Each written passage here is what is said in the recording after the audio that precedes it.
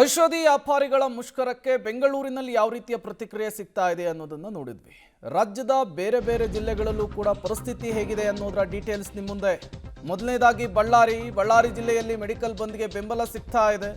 2,000ಕ್ಕೂ ಅಧಿಕ medical ಶಾಪ್ಗಳು close ಆಗಿದ್ದಾವೆ. Medical shop ಮುಂದೆ ಕರಪತ್ರವನ್ನು ಅಂಟಿಸಿ ಬಂದ್ಗೆ ಬೆಂಬಲ ಸೂಚಿಸಲಾಗಿದೆ. ಬಳ್ಳಾರಿ ಜಿಲ್ಲೆಯಲ್ಲಿ ಮೆಡಿಕಲ್ ಬಂದ್ಗೆ ಬೆಂಬಲವನ್ನು ಸೂಚಿಸಿರುವಂತಹದ್ದು ಔಷಧ ಅಂಗಡಿಯ ವ್ಯಾಪಾರಸ್ಥರು ಅಥವಾ ಮಾಲೀಕರು. ನೀವು ಕೂಡ ದೃಶ್ಯವನ್ನು ಗಮನಿಸ್ತಾ ಇದ್ದೀರಿ. ಪ್ರತಿನಿತ್ಯವೂ ಇಲ್ಲಿ ರೋಗಿಗಳು ಗ್ರಾಹಕರು ದೊಡ್ಡ ಮಟ್ಟದಲ್ಲಿ ಮೆಡಿಸಿನನ್ನು ತೆಗೆದುಕೊಂಡು ಹೋಗ್ತಾ ಇದ್ರು.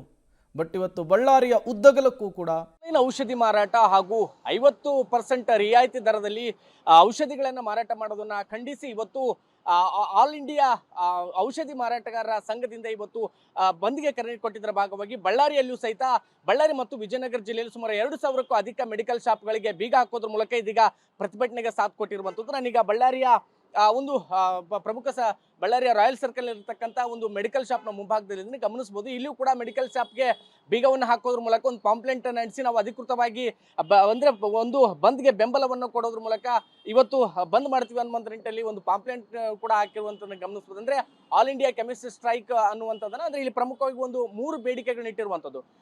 ಒಂದು ಆನ್ಲೈನ್ ಸೇಲ್ಸ್ ಮೆಡಿಸಿನ್ಗಳನ್ನೇನು ಮಾರಾಟ ಮಾಡ್ತಾರೆ ಅದು ಕೂಡ ಸ್ಟಾಪ್ ಆಗಬೇಕು. ಮತ್ತೊಂದು ಕಡೆಗೆ ಒಂದು ಕಾರ್ಪೊರೇಟ್ಸ್ ಕಡೆಗಳಿಂದ ಡಿಸ್ಕೌಂಟ್ ರೂಪದಲ್ಲಿ ಮಾರಾಟ ಮಾಡಲಾಗ್ತದೆ. ಅದ್ರ ಜೊತೆಗೆ ಏನು ಸಸ್ಪೆನ್ಷನ್ ಮೆಡಿಸಿನ್ಗಳನ್ನ ಮಾರಾಟ ಮಾಡಲಾಗ್ತದೆ. ಅಂದ್ರೆ 50% ಮಾರಾಟ ಮಾಡುವಂಥದ್ದನ್ನ ಸೇರಿದಂತೆ ಒಂದಿಷ್ಟು ಬೇಡಿಕೆಗಳನ್ನ ಮುಂದಿಟ್ಕೊಂಡು ಇವತ್ತು ಔಷಧಿ ಮಾರಾಟಗಾರರೆಲ್ಲರೂ ಕೂಡ ಒಂದು ಬಂದ್ಗೆ ಕರೆ ಕೊಟ್ಟಿರುವಂಥದ್ದು. ಅದರ ಭಾಗವಾಗಿ ಬಳ್ಳಾರಿ ಮತ್ತು ವಿಜಯನಗರ ಜಿಲ್ಲೆಗಳಲ್ಲಿಯೂ ಸಹಿತ ಇದೀಗ ಸಾಕಷ್ಟು ಅಂದ್ರೆ ಒಟ್ಟು 2,000ಕ್ಕೂ ಹೆಚ್ಚು ಮೆಡಿಕಲ್ ಶಾಪ್ಗಳು ಬಂದ್ ಆಗಿರುವಂಥದ್ದು. ಅಖಿಲ ಭಾರತ ಔಷಧಿ ವ್ಯಾಪಾರಿಗಳ ಸಂಘದಿಂದ ಕರೆ ನೀಡಿರ್ತಕ್ಕಂಥ ಈ ಒಂದು ಮುಷ್ಕರಕ್ಕೆ ಬಳ್ಳಾರಿ ಹಾಗೂ ವಿಜಯನಗರ ಜಿಲ್ಲೆಯ ಬಹುತೇಕ ಮೆಡಿಕಲ್ ಶಾಪ್ಗಳನ್ನ ಬಂದ್ ಮಾಡಿ ಇದೀಗ ಮೆಡಿಕಲ್ ಶಾಪ್ಗಳ ಓನರ್ ಮಾಲೀಕರುಗಳೆಲ್ಲರೂ ಕೂಡ ಒಂದು ಬೆಂಬಲವನ್ನು ಕೊಟ್ಟಿರುವಂಥದ್ದು. ಮತ್ತೊಂದು ಕಡೆಗೆ ತುರ್ತು ಔಷಧಿಗಳಿಗೆ ಸಮಸ್ಯೆ ಆಗಬಾರ್ದು ಅನ್ನೋ ಕಾರಣಕ್ಕೋಸ್ಕರ ಕೆಲವೊಂದಿಷ್ಟು ಜನೌಷಧಿ ಕೇಂದ್ರಗಳೇನಿತ್ತು ಅವೆಲ್ಲವೂ ಕೂಡ ಇದೀಗ ಕಾರ್ಯನಿರ್ವಹಿಸ್ತಾ ಇರುವಂಥದ್ದು. ಮತ್ತೊಂದು ಕಡೆಗೆ ಆಸ್ಪತ್ರೆಗಳಲ್ಲಿರ್ತಕ್ಕಂಥ ಎಲ್ಲ ಮೆಡಿಕಲ್ ಶಾಪ್ಗಳು ಕೂಡ ಓಪನ್ ಆಗಿರ್ತವೆ. ಅದ್ರ ಜೊತೆಗೆ ಮೆಡ್ ಪ್ಲಸ್ ಸೇರಿದಂತೆ ಒಂದಿಷ್ಟು ಬೇರೆ ಬೇರೆ ಕಾರ್ಪೊರೇಟ್ಸ್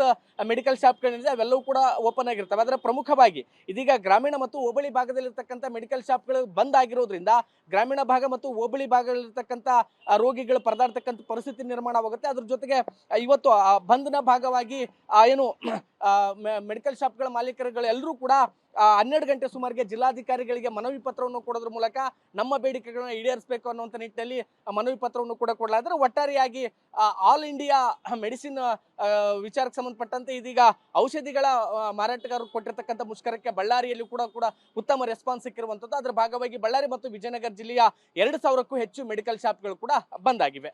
ಕ್ಯಾಮರಾಮನ್ ಭರತ್ ಜೊತೆ ಅಮರೀಶ್ ಹೊಮ್ಮಿನಳ, ಪಬ್ಲಿಕ್ ಟಿವಿ, ಬಳ್ಳಾರಿ.